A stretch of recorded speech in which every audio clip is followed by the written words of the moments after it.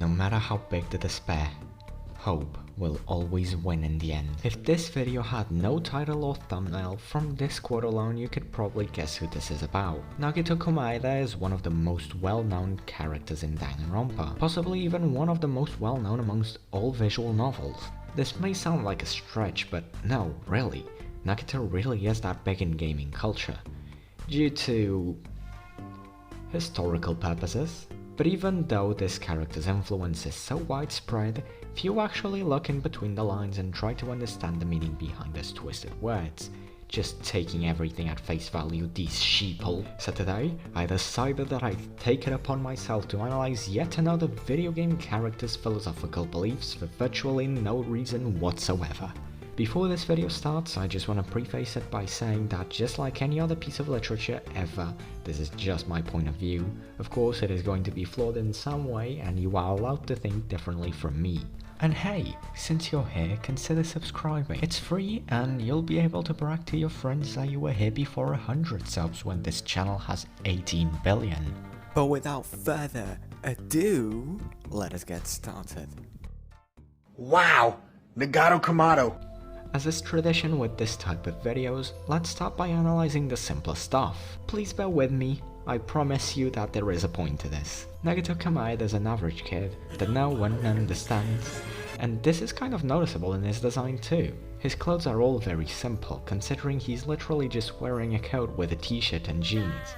But these have minor details that kind of make him stand out more. His white t-shirt has a bright red collar in the center, and although this may seem like an empty remark with no meaning to it, these small details in character analysis can actually be very reflective of a character's personality. Red is usually utilized in color theory to represent negative emotions, blood, and pain, which can be correlated to his insane obsession with hope and his slightly worrying murderous intent.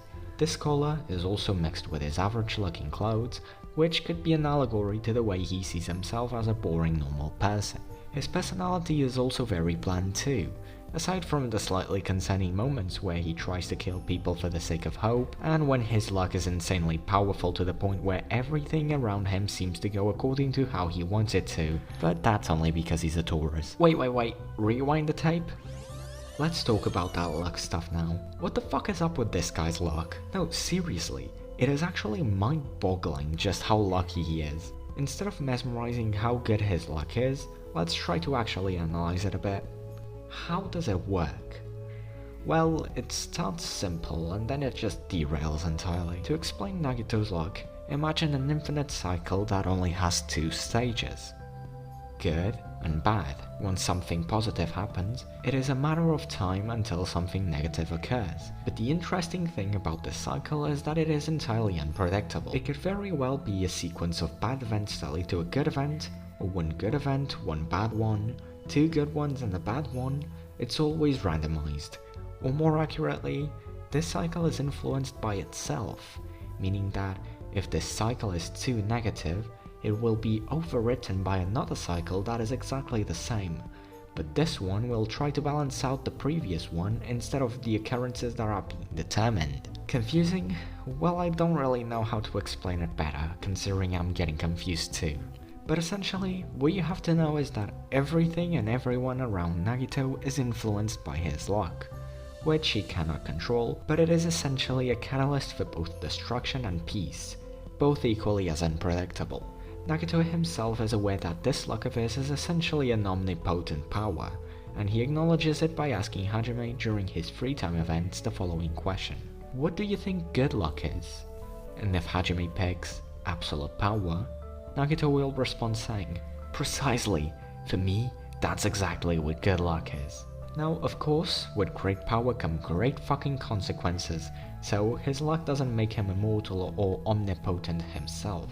Rather, his luck itself is omnipotent, but it does not carry on to him. He says so in the same free time event with the following quote: regardless, it's a power that has terrible results due to the fact that I can't wield it with my own will. And he's absolutely right.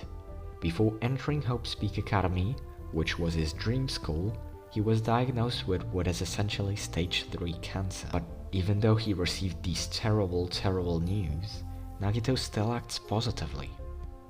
Why? Well, because he says, and I quote once again, "It's going to be alright. No matter the bad luck that happens, good luck always lies just beyond it." But if his death is imminent, then what does he look forward to? Well, you can probably guess what we will be talking about. Stop posting about Among Us! The only thing Nagito believes in more than his luck is hope. But why? Or rather, what is this hope that is so important to him? I made a video on this some time ago, but he only had a 1-minute section, so I wanted to go a bit more in depth. For that, let's go back to the 19th century, specifically 1861. In this year, a philosopher known by the name of John Stuart Mill wrote a defense for the utilitarian ideology. Don't get it twisted, he didn't create it, it was merely a defense, but it is considered one of the best representations of utilitarianism. But what is this ideology I'm talking about? Well, in summary, utilitarianism is the belief that in every situation where you are presented with a choice, you should choose the one that will bring the greatest happiness for the greatest amount of people. Let me put it into perspective, and for that, let's bring up the trolley problem from the previous character analysis. In this situation, you should choose to discard one person for the sake of the other 5, because it would bring the greatest happiness for the greatest amount of people. Simple enough, right? Well, this is what Nagito believes, but due to his luck, this would actually be a much bigger dilemma than it already is. You see, considering Nagito's luck, which can cause a chain of events to occur, this wouldn't be an easy choice, since it's filled with so many what-ifs.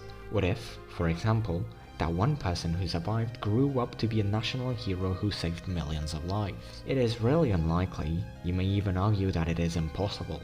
But with Nagito, that's just not a thing. Any possibility, as long as it is imaginable, is a possibility. Let's ignore that for now though, and return to utilitarianism. This ideology is actually divided into 2 clauses. Act utilitarianism believes that there are no exceptions when valuing a greater good, and rule utilitarianism believes that the only exceptions acceptable are when rules are established, like laws, and as you can probably guess, act utilitarianism is most likely what Nagito believes in, since in the 5th chapter his death literally does just serve as a stepping stone to achieve greater happiness. Now you notice how I said stepping stone? Well, that's also very related. Utilitarianism believes that humans can be used as mere means to achieve ends, and Nagito believes himself to be a mere mean to achieve the end that is hope. But that's not the only expression that he utilizes that may be correlated to utilitarianism. When Nagito refers to his classmates as symbols of hope, he really just means that, as ultimates, they should be ready to make sacrifices in the name of the greater good. In class trials, the sacrifice is the Blacken's execution, and in their normal life, their classmates being victims is also a necessary sacrifice. Please ignore my cat's meow. But, if you remember correctly, there is only one person who is a Blacken which Nagito despises, and that was Mikan. Why? Because every single other Blacken committed their crimes in order to save someone else, whilst Mikan did it for the sake of despair, and in this case, Nagito believes despair to be selfishness. Nagito's hope is at the end of the day absolute good, and nothing short of it. He is willing to make any sacrifices in order to achieve his goal. And although it may be quite immoral, he believes that his actions are correct, since the consequences justify them. Although Nagito is kind of an asshole all throughout the game, to me he feels like one of the best and most confusingly written characters at the same time.